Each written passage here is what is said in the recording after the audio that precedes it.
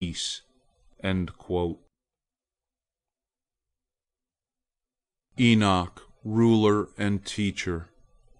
After Enoch had lived a long time secluded from men, he once heard the voice of an angel calling to him, "Enoch, Enoch, make thyself ready, and leave the house, and the secret place wherein thou hast kept thyself hidden, and assume dominion over men, to teach them the ways in which they shall walk, and the deeds which they shall do, in order that they may walk in the ways of God." Enoch left his retreat and betook himself to the haunts of men. He gathered them about him, and instructed them in the conduct pleasing to God. He sent messengers all over to announce, "Ye who desire to know the ways of God and righteous conduct, come ye to Enoch." Thereupon a vast concourse of people thronged about him, to hear the wisdom he would teach and learn from his mouth what is good and right. Even kings and princes, no less than 130 in number, assembled about him, and submitted themselves to his dominion, to be taught and guided by him, as he taught and guided all the others. Peace reigned thus over the whole world all the 243 years during which the influence of Enoch prevailed. At the expiration of this period, in the year in which Adam died, and was buried with great honors by Seth, Enosh, Enoch, and Methuselah, Enoch resolved to retire again from intercourse with men, and devote himself wholly to the service of God. But he withdrew gradually.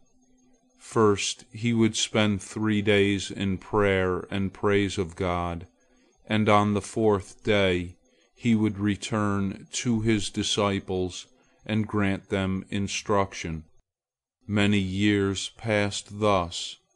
Then he appeared among them but once a week, later once a month, and finally once a year. The kings, princes, and all others who were desirous of seeing Enoch and hearkening to his words did not venture to come close to him during the times of his retirement. Such awful majesty sat upon his countenance, they feared for their very life if they but looked at him. They therefore resolved that all men should proffer their requests before Enoch on the day he showed himself unto them. The impression made by the teachings of Enoch upon all who heard them was powerful. They prostrated themselves before him, and cried, "Long live the king! Long live the king!" On a certain day, while Enoch was giving audience to his followers, an angel appeared and made known unto him that God had resolved to install him as king over the angels in heaven, as until then he had reigned over men.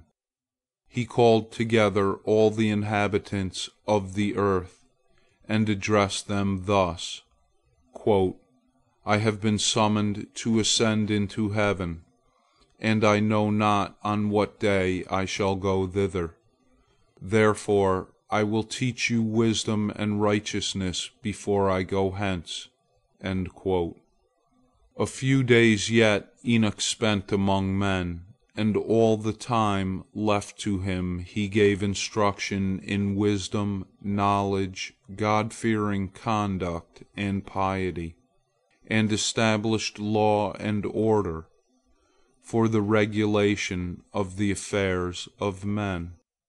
Then those gathered near him saw a gigantic steed descend from the skies, and they told Enoch of it, who said, quote, "The steed is for me, for the time has come and the day when I leave you, never to be seen again." End quote. So it was, the steed approached Enoch, and he mounted upon its back, all the time instructing the people, exhorting them, enjoining them to serve God and walk in His ways. 800,000 of the people followed a day's journey after him, but on the second day Enoch urged his retinue to turn back. Quote, "Go ye home, lest death overtake you, if you follow me farther." End quote. Most of them heeded his words and went back, but a number remained with him for 6 days, though he admonished them daily to return and not bring death down upon themselves. On the 6th day of the journey he said to those still accompanying him, quote, "Go home ye, for on the morrow I shall ascend to heaven, and whoever will then be near me, he will die." End quote. Nevertheless, some of his companions remained with him, saying, quote, "Whithersoever thou goest, we will go. By the living God, death alone shall part us." End quote. On the 7th day Enoch was carried into the heavens in a fiery chariot drawn by fiery chargers. The day thereafter, the kings who had turned back in good time sent messengers to inquire into the fate of the men who had refused to separate themselves from Enoch, for they had noted the number of them.